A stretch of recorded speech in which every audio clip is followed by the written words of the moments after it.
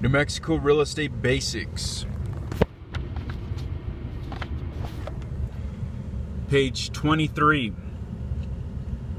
One party, called the client, delegates authority to an agent who, in return, consents to act for that client.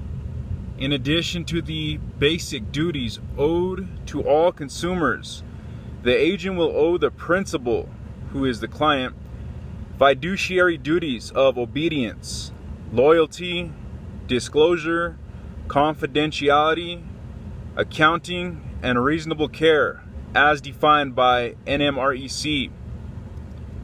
But what authority does the agent act? In the case of a seller-client, the seller could elect to sell a home without the services of an agent, or could elect to delegate the task to an agent. The agent receives from the seller express written authority to procure a buyer, and by written authority receives permission to put up a sign, use a lockbox system in the owner's absence to gain entry into the home, and be present during offer negotiations. However, the agent does not have authority to bind the seller to an offer. What is a special agency? When the agent is hired to perform a specific task or transaction, a special agency is created. In the preceding scenario, the listing agent's authority is very limited. The listing agent is a special agent, that is, one who is hired for a short term and receives limited authority. Agency agreements spell out the agency relationship.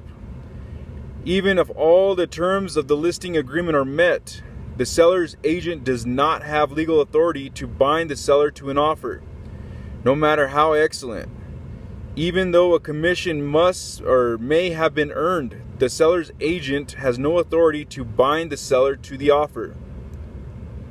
What is a general agency? A general agency is created when the agent is empowered to represent the principal in a broad range of matters related to a particular business or activity. The general agent may, for example, bind the principal to any contract within the scope of the agent's authority. A property manager is typically a general agent for the owner. Likewise, a broker affiliated with the qualifying broker is a general agent. The key terms to remember are long-term and broad authority. What is single exclusive agency? A single agency, the agent represents only one party in a single transaction in a fiduciary capacity. The agent owes fiduciary duties exclusively to one principal, who may be either a seller, landlord, or a buyer/tenant. Any third party is a customer. A customer is a consumer who is not being represented by a broker, but for whom the broker may perform real estate services.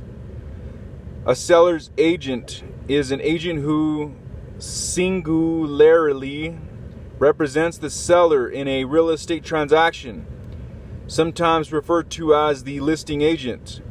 The buyer is then considered the customer. A buyer's agent is an agent who singularly represents the buyer in a real estate transaction and is often referred to simply as the buyer's agent. In buyer agency, the seller is the customer of the buyer's agent. Many real estate transactions in New Mexico are single agency. The listing company represents the seller and the cooperating broker represents the buyer.